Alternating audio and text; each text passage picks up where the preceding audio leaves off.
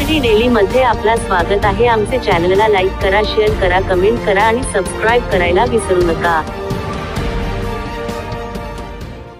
हिंगोली शेनगाव तालुक्यातून या ठिकाणी तुमच्या हा मुलगाचे का पुतणे ह्या पुतणे सरांचा काकांचा पुतण्याचा नंबर एमबीबीएस ला लागला। यांना विचारू आपण यांचा फायदा कशा प्रकारे झालाय।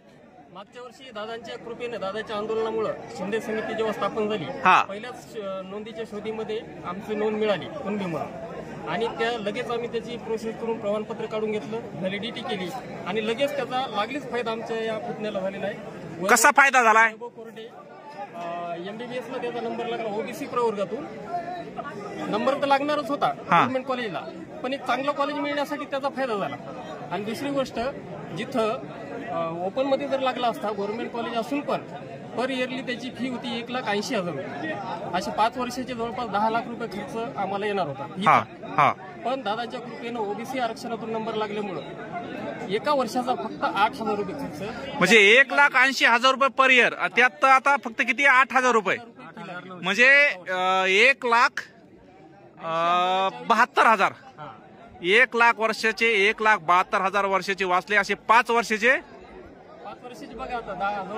9-10 लाख रुपये वाचतात। भावांनो, हा आहे आरक्षणाचा फायदा। आणि हे श्रेय कोणाला जात आहे? दादांनाच जात आहे। वरून 25,000 रुपये शिष्यवृत्ती पर्यंत त्यालाच मिळते। वरतून परत ओबीसी कास्ट असल्यामुळे शिष्यवृत्ती सुद्धा 25,000 रुपये मिळते। भावांनो, हा आहे कुणबी सर्टिफिकेटचा फायदा। झोपेत राहू नका, कुणबी सर्टिफिकेट काढा आणि आरक्षणाचा फायदा घ्या।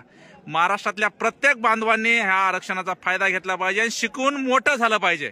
दादांचेच उपकार आहेत, दादांच्याच कृपेमुळे आम्हाला एवढं या पदावर म्हणजे जाऊ शकला। आम्हाला 1 वर्ष झाली आम्हाला त्यांची भेट घ्यायची होती, दादांचा आशीर्वाद घ्यायचा होता। कोटा राजस्थान इथं विथ फॅमिली असल्यामुळं म्हणजे योगायोगाचे येणार, मुलगा यायचा आम्ही तिकडे राहतो, आम्ही आता दीपावलीच्या सुट्ट्यामध्ये सगळे योगायोग आले तर यावेळेस नक्कीच। धन्यवाद। जय जिजाऊ, जय शिवराय।